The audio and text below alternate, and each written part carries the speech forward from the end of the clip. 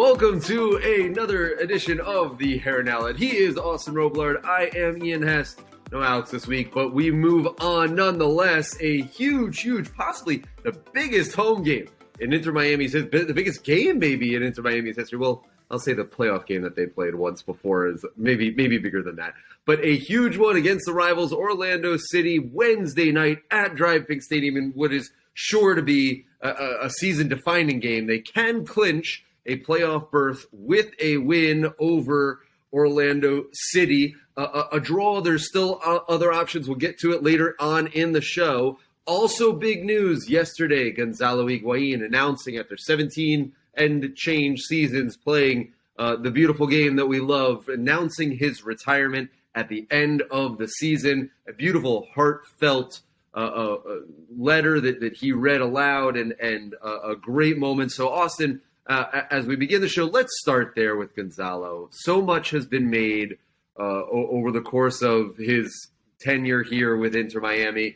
At times good, at times not so good, at times emotionally, at times frustrating. But also, this year having 5 game-winning goals recently, 12 goals in the last 12 games. It's really been a roller coaster that's ending on a high note. And he said in his message that he wants to go out as a champion. And I thought that was something that everybody who was in the room, as let's just take you in there. All of the players had walked in, sat there, or some stood behind the cameras. We were sandwiched between Jean Mota and Gregory, one to our left, one to our right. Pozuelo right over our shoulder, just in case, keeping good coverage as a good midfielder should. But all the players in the room, Chris Henderson was there as well. Gonzalo's family also in attendance. Fetty was there, which was always good to see. They had a nice embrace at the end, and really was the way that I think that legends would hope to go out, something special like that. It really felt like this was a career well played, and someone who has played nearly 5,000 minutes. Probably will get there by the end of the year for Inter Miami. 27 goals, 12 assists in 55 starts, 65 games played. A really great career, but you go back to the Juventus days, the Real Madrid days, the Napoli days, and even playing for Argentina. It was really special, and so we congratulate Gonzalo. What were your thoughts sitting there as we heard him brought to tears at the end there as well? Yeah, it was an extremely emotional press conference, and you could tell it was well thought out. He had a lot that he wanted to say, the stories of his father, the stories of his time that his father told him that Real Madrid wanted to buy him, and all these different things about things people said to him, his thank yous to every technical staff person, every kitchen staff person. Like, you can tell he really thought this out, and he's coming to the right decision for himself. And the one thing that kind of makes me agree with that is that he's doing it on a high note, like you said. Like, he's not down and out for the count like he was, or what it seemed like he was throughout his Inter Miami tenure. Right now, he's on a resurgence, as we saw, and he's playing great. And I think that is kind of the thing for him to, like, he kind of proved it to himself, like, yeah, I still got it, but let me go out on my own terms. And I think that was probably the best decision for him. I thought it was really special having all the first team players there. We saw it last year when Fede did it. One thing that I noticed after he was done and everybody was, he got a standing ovation and clapping, Victor Ulloa was the first person to give him the embrace. He walked up there without anybody, and then they all lined up. And that also shows me that Victor Ulloa is like the number one teammate guy, locker room guy that you could possibly have on any sports team. It's always been like that for years, as we've seen. But I mean, to bring it back to Gonzalo, extremely storied career. He's going to go down as a top striker. Phil Neville even had nice things to say about him. I think he even called him one of the best finishers, if not the best finisher he's ever seen. So there has been so many kind words for this guy, and it's great to see because, throughout the beginning of his career here in Miami, it was rough, and he even spoke to the social media abuse and the toxicity that's in the game right now. And the fact that he had recovered from that and he gave so much thanks to his family for it, He's recovered from that, and he's going to be able to end his career on a high note is really pleasing to see, just on a human level, on a person-to-person level. That's what you would want for somebody, especially somebody who's given so much to the game. Phil Neville said he's just as good off the field as he is on the field, and what he's doing right now for Miami is extremely special. And, I mean, to bring this all to a wrap, listening to what Mabika said to him and the thank you speech that he had, if you have not watched that, please go watch that. That in and of itself tells you exactly the kind of impact that Gonzalo Higuain has or has had on some of the young players and everybody on the first team for Inter Miami. Some of the things that were said were moving. The thank you was extremely, extremely heartfelt, and you can tell that he has inspired this locker room, and he has gotten this locker room to embrace him. Phil Neville has said it the last couple of months that the locker room embraces Gonzalo Higuain, and I don't think that was the case last year. I think that there was probably a divide in the locker room last year with the likes of Pizarro and Higuain and everybody else that was there. I think right now you have a locker room who's rallying behind this guy, and this even more so just adds motivation to these next two games going into the playoffs. I think the timing was perfect. I think it gives these guys real inspiration. And the fact when you hear your leader on the pitch say, I want to go out as a champion with you guys, I think that could really brew something special here in South Florida. So the timing of it was a little interesting because Phil did his press conference prior to Gonzalo making the announcement. So everybody was a little like trepidating, tiptoeing around, asking him, but clearly needed to ask, what he thought of Gonzalo. That was a little odd. Normally those things happen in the other way around. But once you heard Phil speak, obviously you knew we knew going in with all the players showing up, with family showing up, that this was going to be the announcement that he was going to make. But to handle it with the grace and class that he did, you mentioned before that I don't know if people saw it, but after he was done, he walked up to every single person in that room, yourself and myself included, shook hands with us and thanked us for it. And I don't want to be that media guy that's like, oh, thank you for caring about me, like I'm so special. That's not at all what I'm saying. What I'm saying is there was no reason, there was no need for him to do that. He doesn't owe you or I anything, with all due respect. But but he was doing it out of class. He was doing it on purpose. And I think that there is a lot to be said for someone to just think of like you had said, the human beings in the room were very much thought of. I remember the whole team lined up on the side once he was done speaking and gave him a hug one at a time going in. And there were ones that, like you said, Victor Uoa, who did an interview for the club website with Gonzalo that'll be coming up that I think will be truly special from all things that I've heard about it. But you had Gregory, who was very close with him and had a good leadership. Fetty, obviously, everything like that. But as I was watching them go through the line, guys like Noah Allen and Harvey Neville and Bryce Duke, these young kids, even you mentioned Mabika in that speech, like those young guys that had that were so impacted. Mabika's speech really showed it. I mean, he said, before I even thought that I could be a professional footballer, I was watching Gonzalo Higuain score goals. Never in my wildest dreams did I think that I would be standing on a pitch with him. And that really puts it in perspective. That on anybody who has kids playing right now or is a kid themselves playing that hopes to rise up the ranks. They had a young man, Lucas, in the academy, who asked him a question as well. And his question to him was, how can I be like you? And I thought that was so indicative of all of that whole process of seeing such a legend like that, who carries himself in a manner that breeds competition, that breeds, I don't know, aggression's the wrong word, but breeds fire and fight and will and desire, and yet still finds the time to find the humanity. It is a little bit, I guess, funny in the end that we are now romanticizing it when, he had said he made this decision 3 or 4 months ago. When he said that, I found it striking because that was when he was benched. That was when things weren't going well for him. That probably was when he was at his lowest.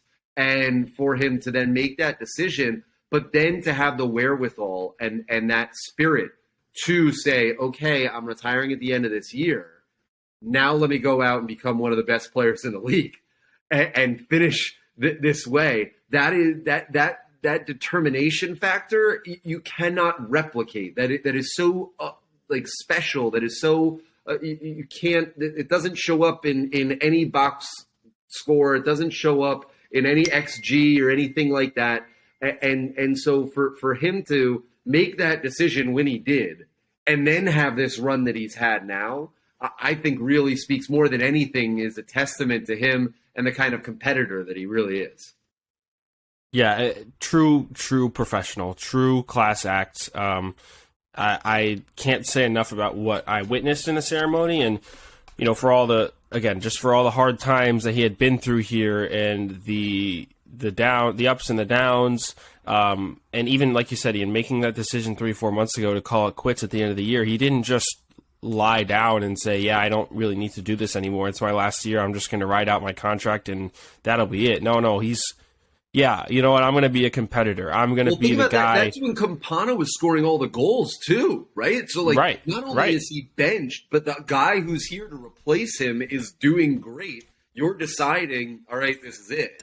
There's and you're being talked about negatively. I was critiquing him. Everybody was critiquing him, and just like there is every reason in the world. Pozuelo comes in and is seen at the time as a direct competition to him because of the role that he was playing. They figure out a way to all of this. We've said this for months. All of this had the makings of ending disastrously, right? Matuidi, yeah, 100%. And yet, he fought through this. And he pressed on, and we don't hear from him all the time. We hear from him maybe more than most, but that's because he scored so many game-winning goals. That's really why. But all of this had the makings of ending poorly, and I think that it's such a testament to him, to Phil, to Chris Henderson, to get them all on the same page and make this a run that he will remember. Phil talked about this, and he's mentioned this story before, but midway through the season, when the team was first starting to get on their first run, I think it was like June, July, right? That he got them all in the locker room together, and they went around the room, and everybody listed the number of trophies that they had won, and nearly everybody had said they've never won a trophy. And a couple, he was expecting, he said only Pozuelo and Gonzalo had won it on a major level, but Pozuelo had won a couple, and Gonzalo goes in there, and he said, in Phil's words, almost embarrassed to say, he goes, 17.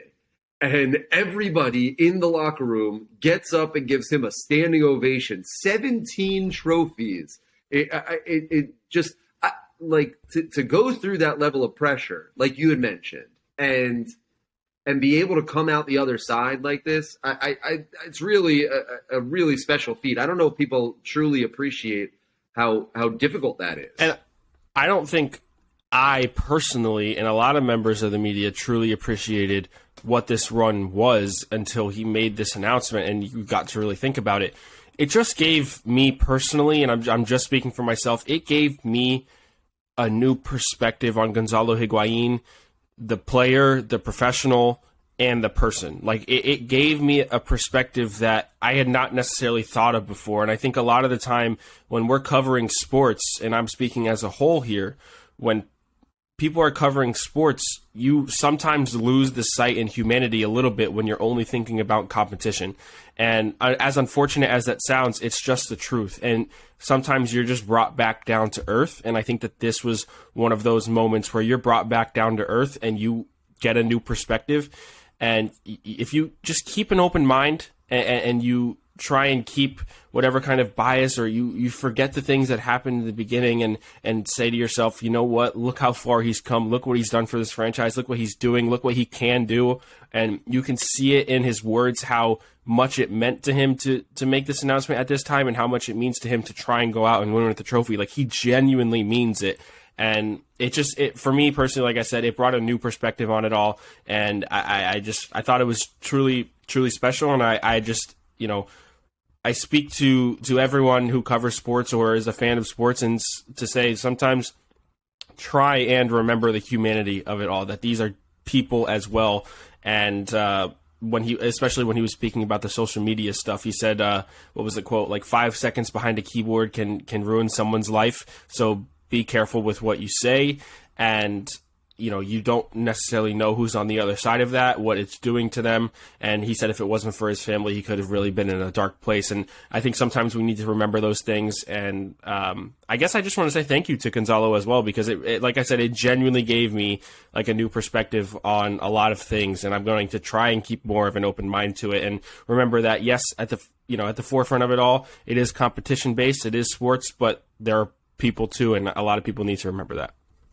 Well, he's not done just yet. He's got 2 more games at home in front of the fans at Drive Pink Stadium, including a midweek game this week against Orlando City in what could be a playoff deciding game for both teams. Orlando City and Inter Miami both coming into the game tied on 45 points, with Columbus also tied on 45 points as well.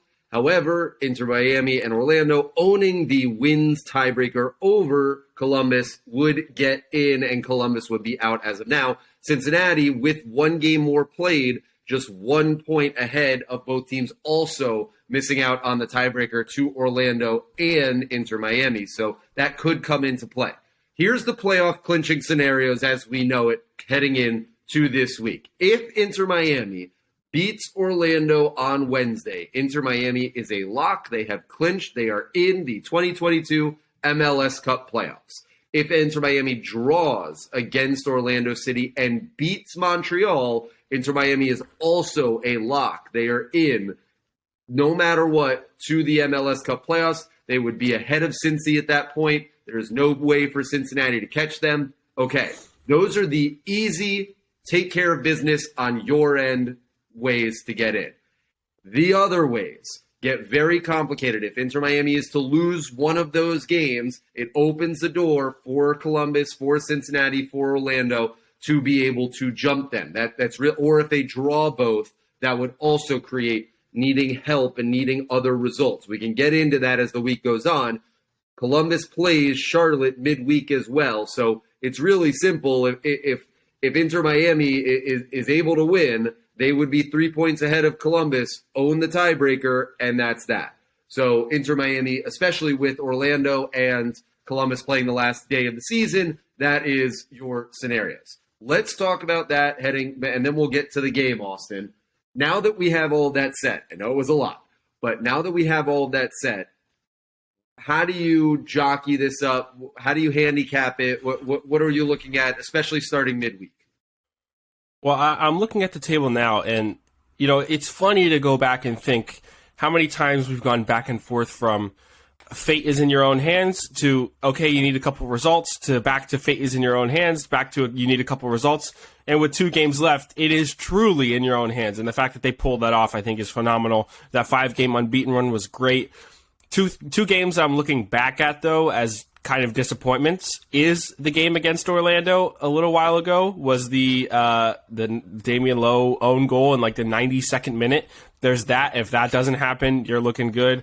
And then also the 4-4 Cincinnati game. That's another one that I have truly not forgotten, and points were lost in those two, and I think it could have been much easier for this team if they just pulled out results, but here's my now thing, they're going to do it on the back end. They have more points gained in the 90th minute or later than any team in MLS this year. So the fact that, fair. We could do both sides of that coin. I always think about Orlando and Cincy. If you go back and both of those results, if one's a draw and one's a win, instead of one being a draw and one being a loss, then already Inter Miami would have clinched a playoff spot. So yes, you clinched. can see that. They would have clinched. Yes, they would have already clinched. But You go back to Charlotte. You go back to all the time. Yeah. So run it through for me. So right now, Orlando has 32 points, or 32 games played out with 45 points. Miami has 32 games played with 45 points, and Columbus the same, 32 games played, 45 points. It helps Miami a lot that these teams are going to play each other down the stretch. So with Orlando coming up on Wednesday, that win would put Miami up to 48 points, Orlando with 45.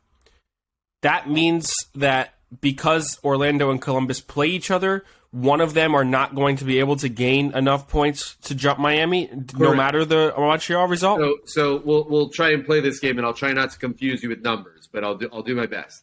If Miami wins against Orlando, they're at 48. Let's say Columbus wins against Charlotte too, to simplify it. Okay, so Columbus, Miami, both at 48. Orlando's at 45. Because Orlando and Columbus play each other, right? There's three options: a Columbus win, an Orlando win, or a draw. In the event of a Columbus win, it doesn't matter because Orlando would still be stuck on 45 points, right? In the event of a draw, Inter Miami would still be in because Orlando would be stuck on 46 points with Inter Miami having 48.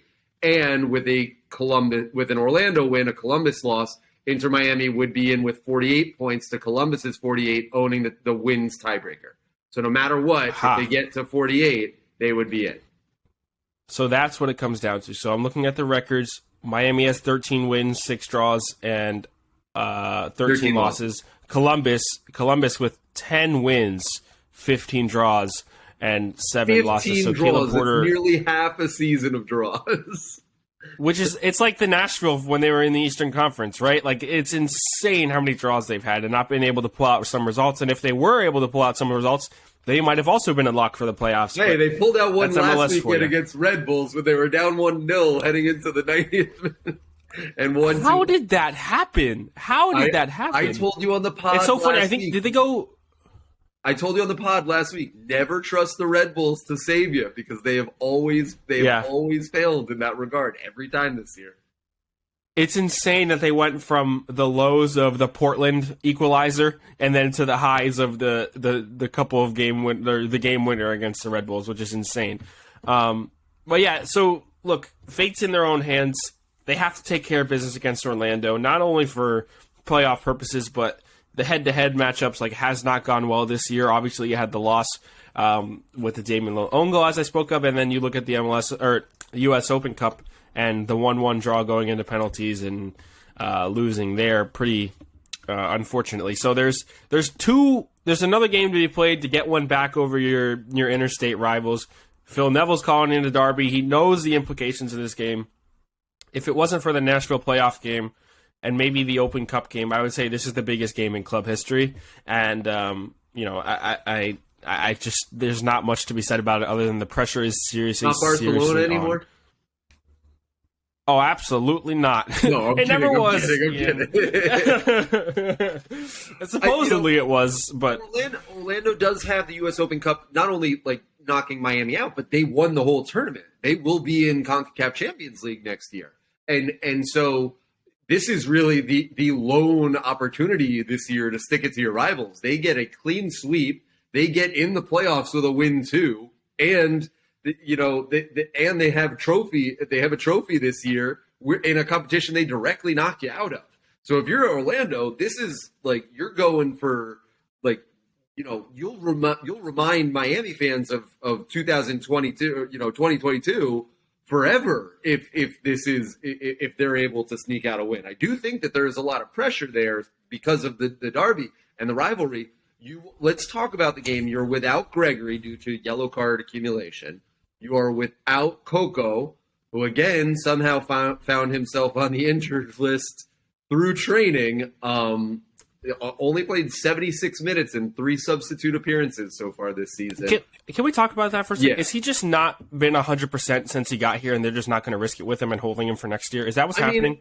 He's been. Does that make sense? That's what makes sense in my head. He's been fit. He's been at training. You've seen him on the team sheets and all.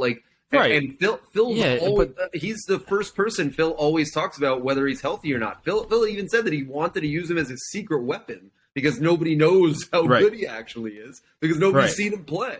I guess I don't understand what's going on there. They've been very vague on the lingering injury that it is. It seems like since he got off the plane, it's been happening. He's played 73 minutes. 73 minutes since he got here in the summer. Yeah. In my personal opinion, what it seems like is that they have the depth that they need to make a playoff run, or that they believe they need to make a playoff run. If there is a lingering issue with Coco, there is no reason to go ahead and try and, push him on while you have enough depth in order to save him, because you probably saw, I don't remember what the contract terms were, but 2.5 years. he's probably here through the next season. I think at the very 2.5 years. 2.5 years, exactly. So he's contracted through this time. If you believe in your Ariel Lassiter's, Emerson Rodriguez's, Robert Taylor's, Indiana Vasilev's to push you through, do you just not take the risk with Coco and say, look, there might be some turnover and we'll probably use this guy next year as a versatile attacker? Here's my issue with that, because I remember during the summer transfer window, I asked Phil about, do you still consider yourself open to making moves? And we were wondering on deadline day if they were going to do anything. And his response to me simply was, we felt like we made the moves at the beginning of the window and we didn't have to make any moves throughout the rest of it. And that's fair, because he pointed to Pozuelo and pointed to Coco. If you're going to make that statement, that tells me that you intended on this person playing quality minutes, like large minutes for you. Right. It has no, you can go full tinfoil hat here and say like the guy was stuck in a hotel room for weeks on end trying to get a visa and wasn't able to train with the Inter Miami trainers. And then he gets here, immediately gets thrown into training here after sitting around doing nothing for weeks and immediately gets injured.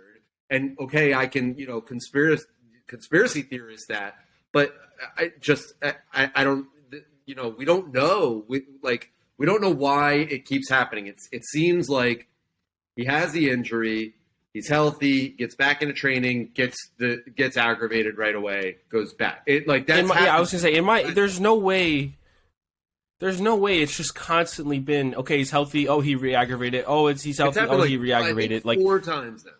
But does that actually make sense? Or do they think that this is something that they should not go and test? Phil even finally admitted the other day that he's been messing with us on the injury report all year. So he's done that the last 2 seasons. He does that all the time.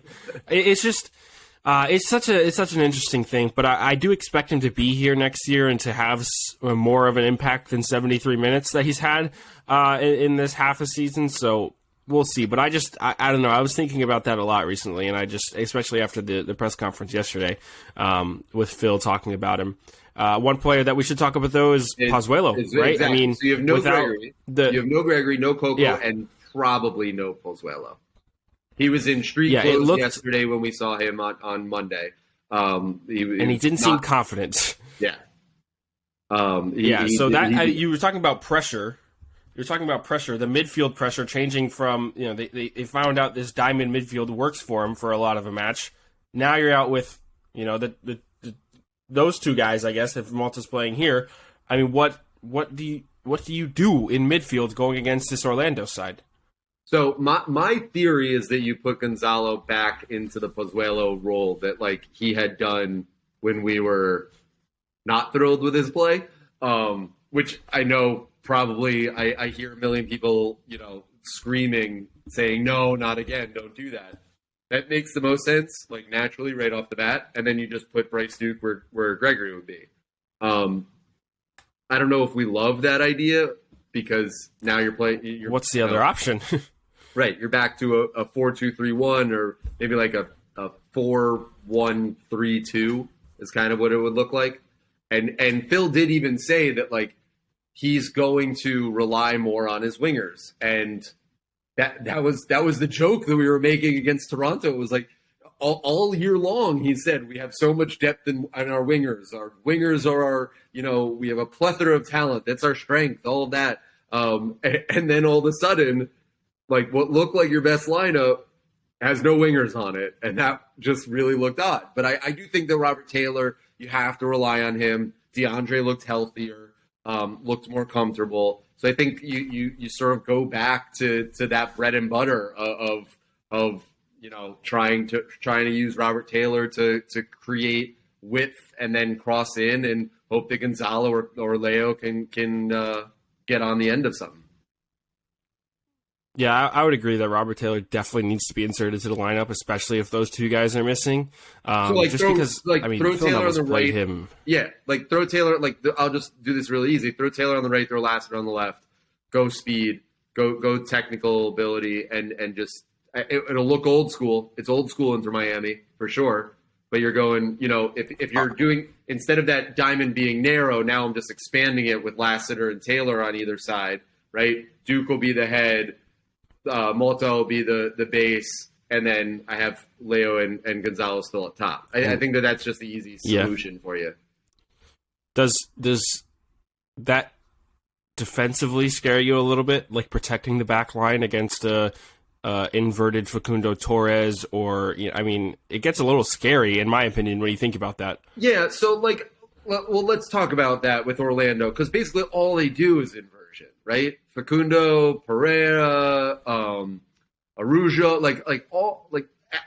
everything that they do is to trick you into thinking that the guys that are underneath are going to stay underneath, and they just flip the field on you every time. So knowing that, this would almost, it's a shame, because this would almost be the perfect game for Gregory to play. Gregory and Mota would be absolutely perfect against that defensively. You don't have that. I agree.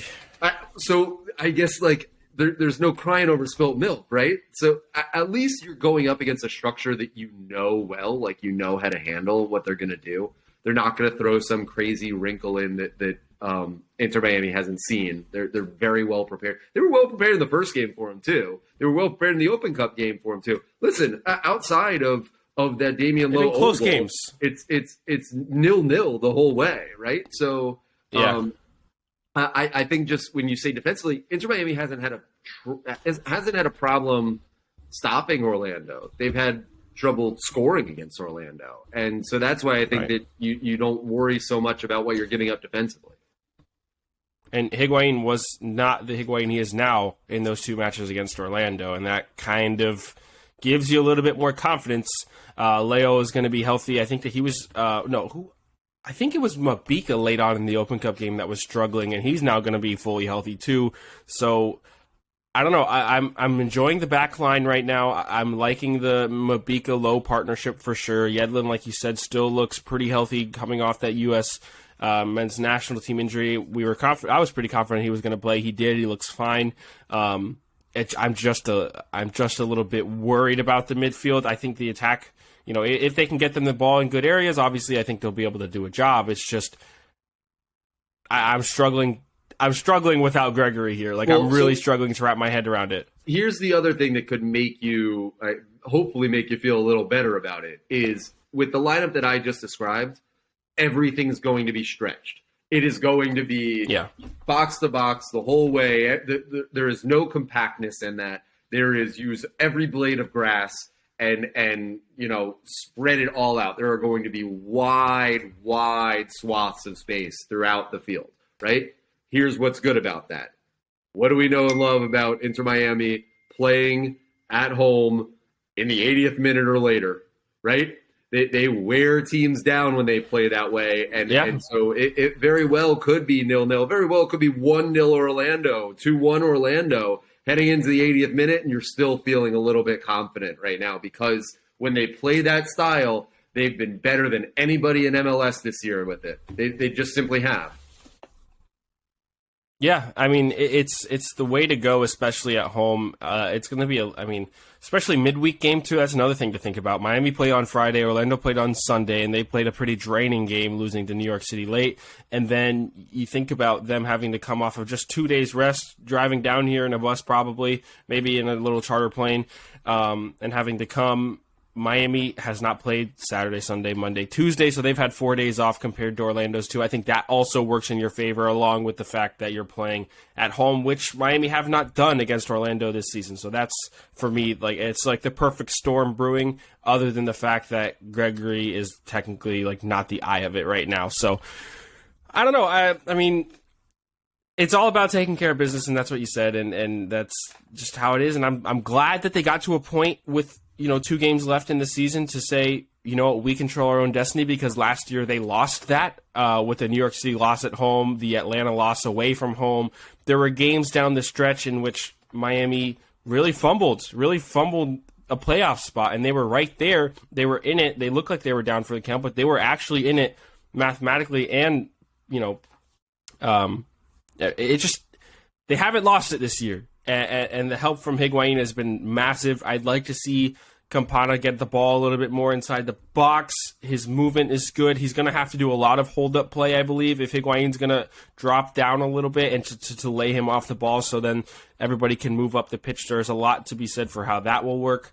But I am still a little concerned. But we'll see how it goes. It's a Wednesday night game, and I think that fatigue is definitely going to play into effect, especially on the Orlando side. And one quote that I love from Phil Neville was when I believe you had asked about Orlando and talking about Facundo Torres and the inversion in the midfield.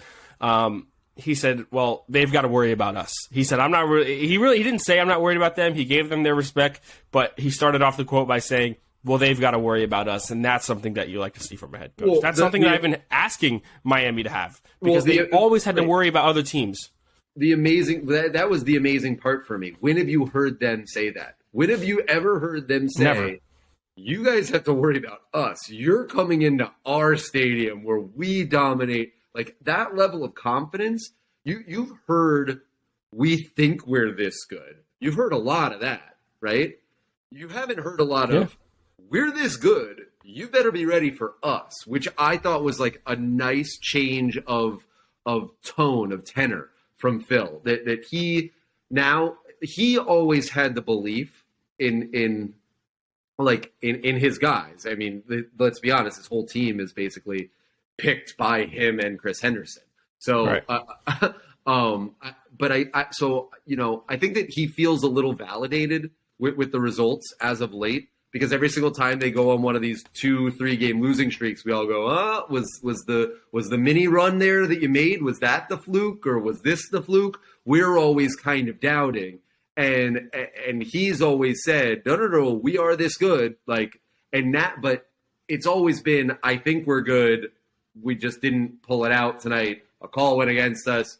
We didn't show up with the intensity that we hoped for. There was always like one, but, right? This one feels a little different in that he is very adamant of like, no, they got to worry about us. Like, we're a talented team. I do want to touch on your point of fitness, because Orlando City is also without Robert Janssen, right? Also without Alexander Pato. Gaston Gonzalez has been out for, is out for the rest of the season. But so they traveled to New York, and their game was Sunday afternoon. They didn't come back until, I believe, Sunday night. So they will then need to travel. They didn't go straight to Miami. They went home, presumably, right? So that's a lot. Tired legs. They lost in really dramatic fashion. They have 2 less days of rest than Inter Miami. How much do you think of all of that playing into it? Could for an Inter Miami team that is going to try and wear this down, it is going to be a war of attrition, and they're going to try and capitalize late and really make you suffer that way.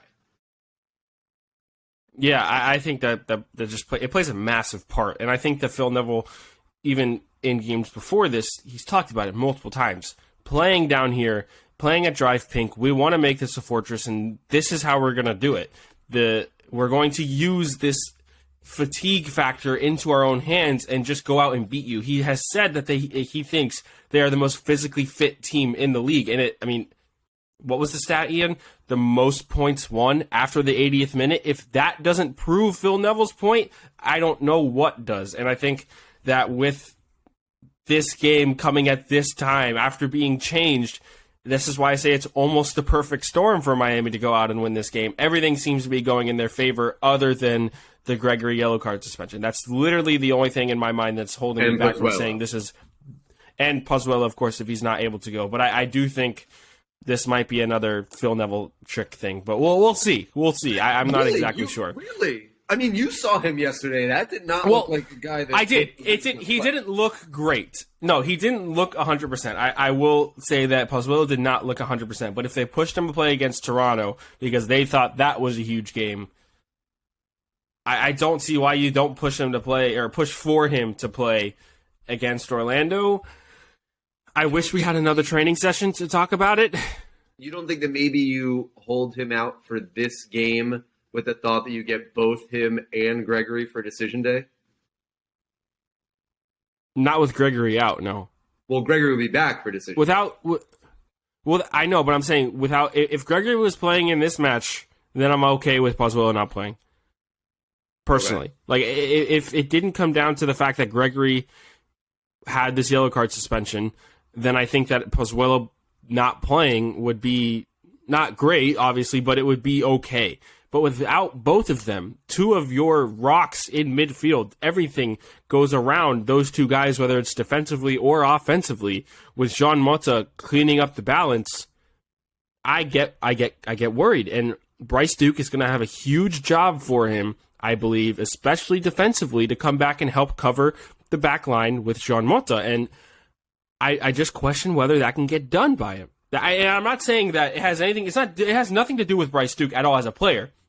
It's to his skill set, because if you put him in an 8 role with true coverage in midfield and players who can do things for themselves up above him, Bryce Duke is a perfect midfielder in MLS right now. Like, he would do a great job, but he's not going to have that. He's going to be put in a different situation, in a different role, and he has to live up to that. And I think that it's going to be a hard thing to do.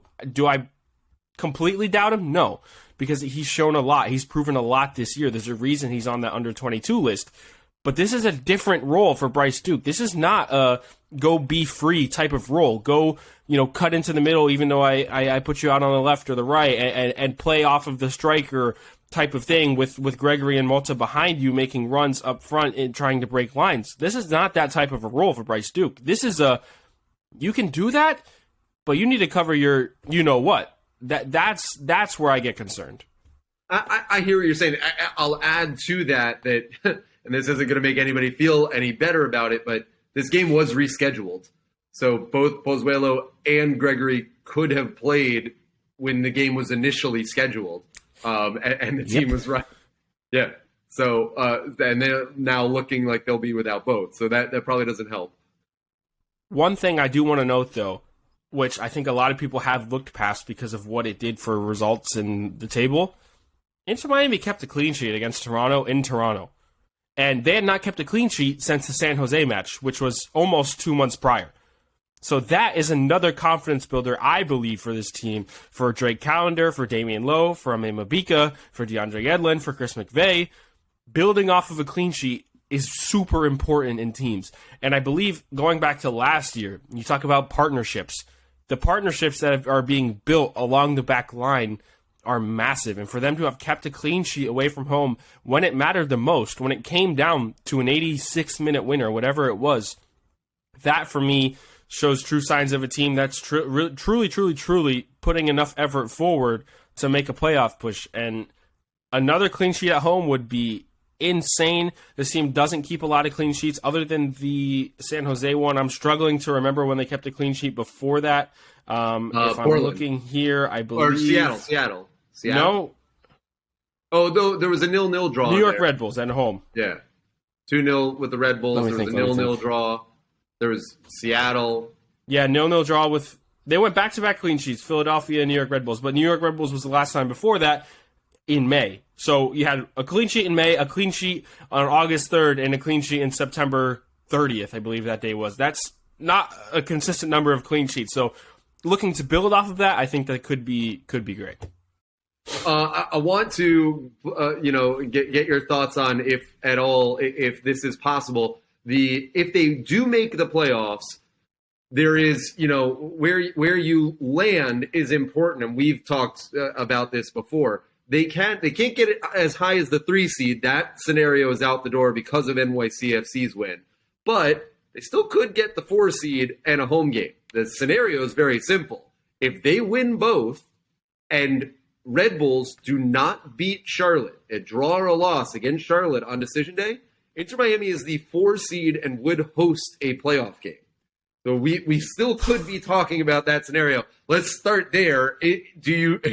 What are you giving me odds? I'll go with like 20% that happens, which I think is high actually, but maybe a 1 in 5 chance that they could do it. Well, I think you're going back on your word, Ian. Don't trust the Red Bulls to help you at all. Right. Because I think that's something they'll finally find a way to win this one, right? Right, they'll find a way to win this one for sure. I mean, especially being at home on decision day, like it just doesn't play into Charlotte's favor. However, if Charlotte do win their next, like they're not completely out of contention for the playoffs right now. So if Charlotte beat Columbus in their home match, their final home match, they'll have added motivation to go to Red Bull Arena and look to win. So I think that my eyes are more on the Charlotte-Columbus game than they are the final game right now, because Charlotte needs to win, and you want a team to play with added motivation away from home on decision day to get a win to try and sneak into the playoffs. It's a long shot for Charlotte right now. I'm not exactly sure what would need to happen for them. I think if Miami beat Orlando, then Charlotte's probably eliminated.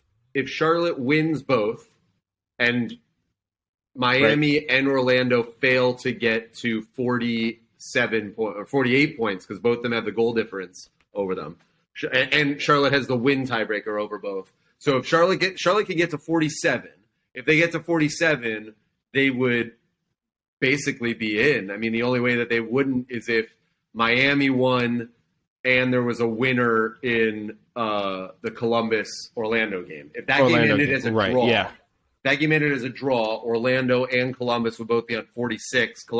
Charlotte would be on 47. So, yeah, it's still possible for Charlotte to get there, and I think with added motivation on decision, there's no way it doesn't come down to decision day. I think it genuinely will come down to decision day, because that's just how the league works. But, yeah, I think that would be great. For my odds on that, I'll give like a 13% chance of it happening. That Miami make the 4 seed. 13, okay. Unlucky 13. I don't think it's going to happen, but I would love to not have to pay for a plane ticket to New York or Montreal to go watch a playoff game. I'd rather just drive 10 minutes down the road to go watch them play here. So I say that because really when you look at it, the 1 seed that you want to avoid is the 5th seed. That is like, with all intents and purposes, the one that you want to avoid. It also is shaping up to be the most likely one that Miami will fall into. But the reason why is that you have to play a road midweek game.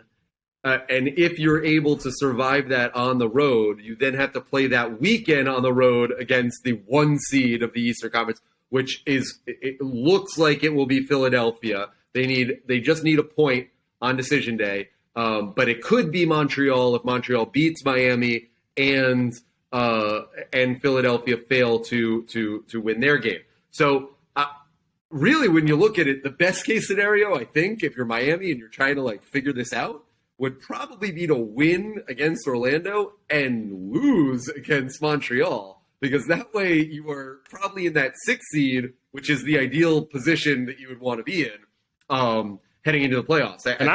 I'm okay playing this. I'm okay playing this New York City FC side if they end up the 3 seed. Like, I'm okay with playing against them in wherever the heck they'll play. They probably won't play in Yankee Stadium, but who knows? I don't. But I am played in Yankee Stadium. They play in like all over the place. It's such a mess, and the fact that Miami gets so much crap on them for the stadium thing, it's insane to me. But anyway, yeah, I am worried about that 5th seed.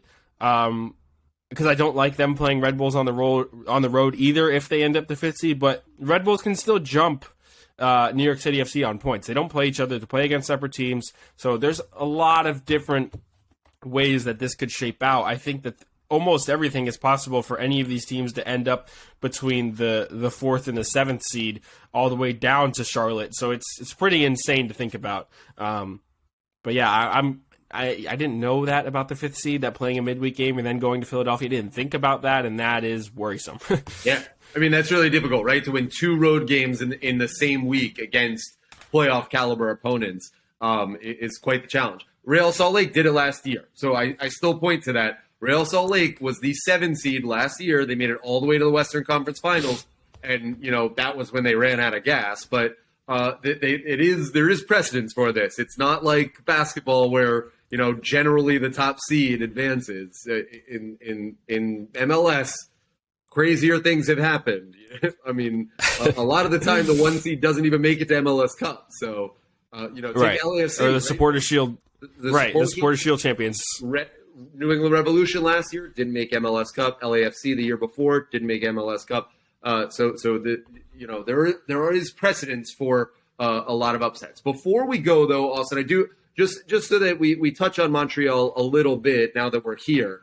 It was such a great performance to eke out that draw in Montreal earlier this season, and I think really then that was the turning point in believers. Instead of thinking that there were just fluke wins, you went into San Jose being like, okay, we got to start getting road points, road wins. But they were peppering the goal all night. That game could have been 4-5 for Inter Miami. They were all over the place. Then you went into Montreal, a team that Phil has repeatedly called what he thinks in his mind is the best team in the Eastern Conference, which wow, is talk about high praise, especially with how good that Philadelphia team is. But you look at what they were able to do in eking out that point and that draw. I really think that at that moment, that was when we said this team could hang around, right? Like there's something here that this team could find a way to get over the finish line here, and to now have it be decision day to be it at the end of the year. Does Miami need to go all out? We'll find out after Wednesday's game. But it's nice to be in this position. It's refreshing. It's a position that they haven't found themselves in the short tenure of this club, because you go back to 2020. That was when they allowed 10 teams into the playoffs. Miami wouldn't have made the playoffs that year. You talk about last year. They only won 3 of their last 11 games and fell off the cliff at the end. They lost 8 of those 11. So they've stuck around this year to a point where it's nice to have something to play for on decision day, which they will no matter what, and for it to be at home. No matter what, decision day is going to be a special day unlike anything in this club's history. Yeah, I agree. And I think, what was the 2020 game against Cincinnati where Mikey Ambrose scored that ridiculous goal that helped them get into the playoffs? I mean, there was that I think too, but I don't know if that was on decision day. I think that was the day before, or the week before. I think it was earlier. I think it was like the week before. But yeah, there's so much to be said about where they've put themselves, and all year on this specific podcast between you, myself, and Alex, we talked about this Montreal game as kind of being okay. You know what, Montreal probably not going to go crazy in this match, going away from home into South Florida at 2:30, I think kickoff is, so it's going to be a hot one, even though the weather this morning has been amazing. If anyone on Tuesday morning, October 4th, the weather was great, like 72 degrees. It was awesome. But going into that game, Montreal is going to want to be careful with how they approach it, being the 2 seed, wanting to be healthy, going into the playoffs. They have no idea who they'll play as of yet, because everything can change. But they're going to get a tough opponent nonetheless, especially at home. I think that for the most part, I don't know if they're going for the 1 seed. I don't know if it's smart for them to go for the 1 seed. Obviously, that's something that every team is going to want to do. They have the tiebreaker. They have the tiebreaker too, though. So if they win and Philly draw, that's interesting. Enough for them. And then you don't play that midweek really game. You get a bye because they have the wins. They have more wins than Philadelphia does. So then maybe they do. I don't know how they're going to approach this. It's kind of scary to think about too. If you don't get the job done against Orlando, because I think if you win the game against Orlando, we're not going to think about it too much. But if you don't, it gets a little nervy, because are Montreal going to go for the win? In your stomach that gets me is if you don't take care of business against Orlando, there's going to be a lot of fingernail jitterbugs that we're going through. My fingernails will be gone. They won't exist anymore. Like it'll be insane. So basically, nonetheless, just get the job done against Orlando. Let's worry about that when we get there. That's kind of what you need to chalk it down to. Beat your rivals and worry about what Montreal is going to do later. But I can't even think about what Montreal is going to do. It's a tough idea. Is Who does Philly even play their last game of the season? Hold on, I'll look. I was actually just looking at it, and I forgot. I'm trying to think. Toronto. They got Toronto at home. Oh, well. They got Toronto at home. Philly should win that game. Philly could win that by like 6-0, as they've done 3 times. We said that, and then they go out and lose 4-0 to Charlotte. Like, I mean, I thought that which is insane. I don't know. This league, man, you cannot predict it. Speaking bottom of line, predictions, take care of business against Orlando. Right. Take care of it. Yeah, that's it. But speaking of predictions, I think it'll be fun to bring up how many different people had Miami all the way down at the bottom of the Eastern Conference, and now looking at it in their hindsight, Phil Neville got his guys, and it looks like he's done enough to bring them up here. A lot to be said for that. I want to go back, by the way, and check our predictions in the preseason to see where we had them ranked, because I don't exactly remember. But I think that all 3 of us are going to be pretty accurate, if not 1 or 2 spots off. But I think we all predicted them to be a playoff team, right? No, I think I had them 8th, if I remember right. Okay. I think I had them just missing out of the playoffs. We're going to have to go back and look at that. And next time on the pod, after the Montreal game, if they're in the playoffs, I'll have to rub it in your face. All right, that's fine. That's fair. I can take it. Well, the reason that I remember that is because on the MLSsoccer.com predictions, almost everybody put them 13th out of 14 in the Eastern Conference. Some even put them 14th. Yeah. But one person, I can't remember who it is right now, one person put them 8th. And I forget, it wasn't like Doyle or Weeby or any of them, but one person put them 8th. And I think that's where I had them too. But hey, they've to say the least, it'll be